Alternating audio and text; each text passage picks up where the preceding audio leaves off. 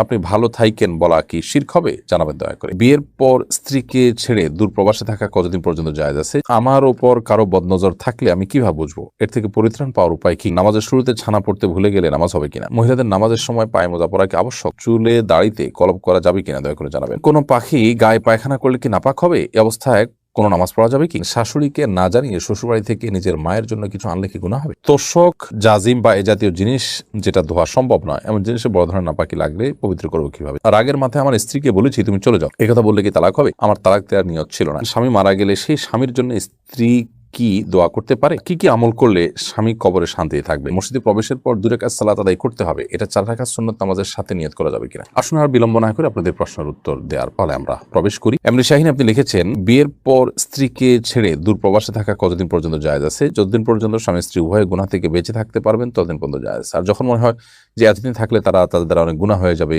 তারা অনেকে অনেক ধরনের মাস্টারবেশনে অভ্যস্ত হয়ে যান, নানা ধরনের গুনাহে লিপ্ত হয়ে যান, তাহলে সেরকম পরিস্থিতি হয়ে গেলে ততদিন পর্যন্ত আসলে দুজন দূরে থাকা জায়েজ নয়, সম্পূর্ণ হারাম হবে। মাসুদ রানা আপনি লিখেছেন, আমার ওপর কারো বদনজর থাকলে আমি কিভাবে বুঝবো? এর থেকে পরিত্রাণ পাওয়ার উপায় কি? বদনজর থাকলে অনেক সময় দেখা যায় যে মানুষের মধ্যে অস্বাভাবিকত্ব আসে এবং কোনো সাধারণ ট্রিটমেন্টে সেটা রিকভার হয় না। তো এক্ষেত্রে উপায় হলো, যার বদনজর লেগেছে তার থেকে পানি, তার শরীর ধোয়া পানি নেবেন, তিনি হাত চুবানো পানি, অজু করা পানি কোনো বালতিতে সেটা নেবেন, সেটা আপনি আপনার গায়ে ঢেলে দিবেন শেফার নিয়তে, ইনশাআল্লাহ বদনজরের বিষয়টি কেটে যাবে। আল ইমরান আপনি লিখেছেন, কোন পাখি গায়ে পায়খানা করলে কি নাপাক হবে? এই অবস্থায় কোনো নামাজ পড়া যাবে কি? পাখি যদি পায়খানা করে তাহলে সেক্ষেত্রে খুবই পরিমাণে অল্প থাকে, খুবই অল্প থাকে। যদি পরিমাণে অনেক অল্প থাকে তাহলে সেক্ষেত্রে সে অবস্থা আপনি নামাজ পড়তে পারেন, কোনো অসুবিধা নেই। জোহরা লিজা লিখেছেন, শাশুড়িকে না জানিয়ে শ্বশুরবাড়ি থেকে নিজের মায়ের জন্য কিছু আনলে কি গুনাহ হবে?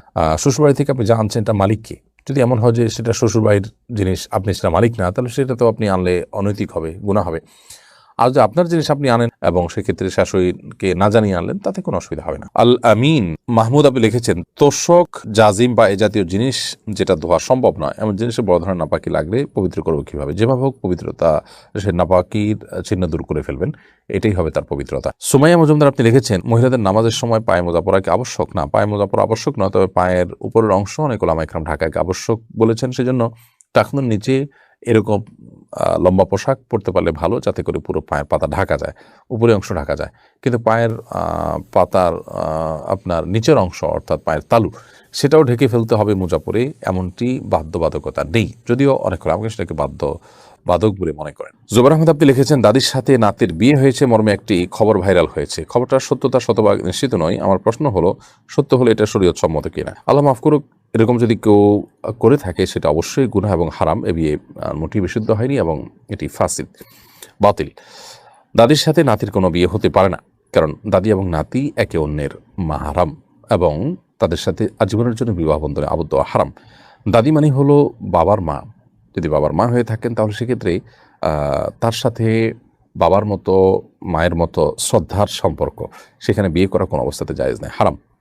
কিয়ামতের আগে অনেক হাস্যকর বিষয় আমাদেরকে শুনতে হবে এবং অনেক এমন অবাস্তব বিষয় এবং এমন আপনার বিদঘটে বিষয় আমাদেরকে শুনতে হবে যা আসলে কিয়ামতের লক্ষণ এবং যা আমরা কখনো আশা করিনি এবং কল্পনাও করিনি। আল্লাহ তাআলা এই ধরনের ভয়াবহ বিষয়গুলো থেকে আমাদেরকে হেফাজত করুন। এরপরে উজ্জ্বল খন্দকার আপনি লিখেছেন, রাগের মাথায় আমার স্ত্রীকে বলেছি তুমি চলে যাও, একথা বললে কি তালাক হবে? আমার তালাক দেওয়ার নিয়ত ছিল না। রাগের মাথায় স্ত্রীকে বলেছেন তুমি চলে যাও, এতে আপনার তালাক হবে কিনা? প্রথমত তালাকের মাসআলা আমরা এর আগে বারবার বলেছি, মেহরবানি করে এটা সশরীরে কোনো ফতোয়া বোর্ডে গিয়ে, কোনো ফতোয়া বিভাগে, কোনো বড় মাদ্রাসায় গিয়ে, বড় কোনো মুফতির কাছে গিয়ে সশরীরে উপস্থিত হয়ে আপনি জানার চেষ্টা করবেন, কারণ এখানে অনেকগুলো বিষয় থাকে যে বিষয়গুলো আসলে এই সংক্ষিপ্ত পরিসরে উত্তর দেওয়া সম্ভব হয় না, সেটা আপনি লক্ষ্য রাখবেন। আর দ্বিতীয়ত হলো, আপনার তালাক দেওয়ার নিয়ত থাকুক বা না থাকুক, তালাক এমন একটা বিষয় যে তালাক আপনি যদি দেন, আপনার নিয়ত না থাকলেও মুখে উচ্চারণ করলে তালাক হয়ে যায়। তালাতুন জিদ্দুহুন্না জিদ্দুন ওয়া হাজলুহুন্না জিদ্দুন, সিরিয়াসলি করলে যা হবে, দুষ্টুমি করে করলে তা হবে।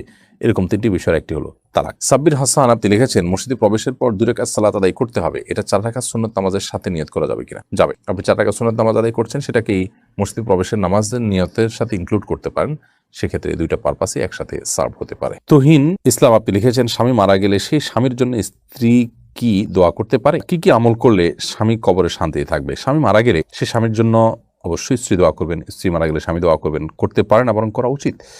এবং একে অন্যের জন্য সবচেয়ে বড় যে আমলটি করবেন তা হলো দোয়া, আল্লাহর কাছে ক্ষমা প্রার্থনা করা যে আল্লাহ আপনি তাকে মাফ করে দিন, তাকে জান্নাত দান করুন, তার ভুল ত্রুটি ক্ষমা করে দিন, তার পক্ষ থেকে সাদাকা করা যেতে পারে, দান করা যেতে পারে, যে আল্লাহ এই দানটা আমি দান করলাম, এটা সবটা আমি চাই আপনি তাকে দিন।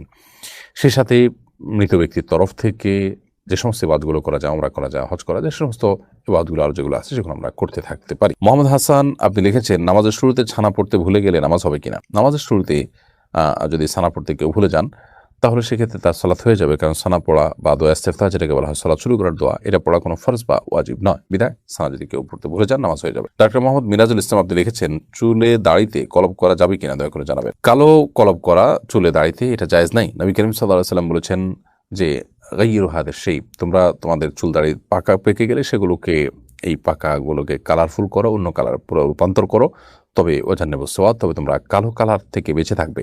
অর্থাৎ কালো কালার লাগিয়ে নিজের কে ইয়াং প্রমাণ করা, এটা এক ধরনের অসততা। তো নবী করিম সাল্লাল্লাহু আলাইহি ওয়াসাল্লাম এটি নিষেধ করেছেন, সেটা আমরা সব ক্ষেত্রে মানার চেষ্টা করব। এমনকি একজন তরুণ বয়সে, তিনি আসলেই তরুণ কিন্তু তার চুল পেকে গেছে, সেক্ষেত্রে তিনিও এটি করবেন না, যেহেতু নবী সাল্লাল্লাহু আলাইহি ওয়াসাল্লামের নিষেধাজ্ঞাটা ব্যাপকভাবে। এজন্য কোনো অবস্থাতে আমরা কালো কলব ব্যবহার করব না। তবে হ্যাঁ, মেহেদি বা অন্য কোনো কালার ব্যবহার করা যেতে পারে। এমনি আকরাম লিখেছেন, আপনি ভালো থাইকেন বলা কি শিরক হবে? জানাবেন দয়া করে। দেখুন, কোনো মুসলমান যখন বলে যে আপনি ভালো থাকবেন, তখন তার উদ্দেশ্য থাকে আল্লাহ আপনাকে ভালো রাখুন, সেটা আমি কামনা করি। এই উদ্দেশ্যে ভালো থাকবেন যদি বলেন, তাহলে সেক্ষেত্রে এটা বললে শিরক হবে না। কিন্তু এটা যেহেতু দৃশ্যত মনে হচ্ছে যে ভালো থাকাটা এটা কারোর ইচ্ছার উপর নির্ভরশীল, এবং এখানে আল্লাহ নামটা উল্লেখ করা হচ্ছে না, সেজন্য এরকম না বলাই হলো উচিত এবং কর্তব্য ভালো। কারণ হলো, আপনি যখন বলবেন যে আল্লাহ আপনাকে ভালো রাখুন, তখন সেক্ষেত্রে আল্লাহর নামটা আপনি মুখে উচ্চারণ করবেন। উজ্জ্বল করার জন্য আল্লাহর নামটা কেন, যথাসময় আমরা আল্লাহর নামটাকে উল্লেখ করার চেষ্টা করব।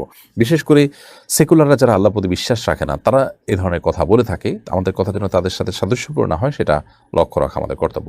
এমনি মারুফুজ্জামান মারুফ লিখেছেন, ছোট ভাই অন্যায় করলে বড় ভাই কি তাকে শাসন করতে পারবে? পারলে তার সীমানা কতটুকু? ছোট ভাই যদি অন্যায় করেন, তাহলে বড় ভাই অবশ্যই তাকে শাসন করতে পারবে। এবং বড় ভাই যেহেতু অভিভাবকের জায়গায়, বাবা, দাদা, চাচা, বড় ভাই, তারা সব অভিভাবকের কাতারে, বিধায় অভিভাবক হিসেবে তাদের শাসন করা এটা কর্তব্য। কিন্তু এর মানে এই না যে শাসন করতে গিয়ে জুলুম করার সুযোগ আছে, সেটা বাবার জন্য নেই, যে অধীনস্থ ছেলে বা ছোট ভাই তাদেরকে শাসন করতে গিয়ে কেউ অত্যাচার করবে, এরকম কোনো রাইট কাউকে দেওয়া হয়নি।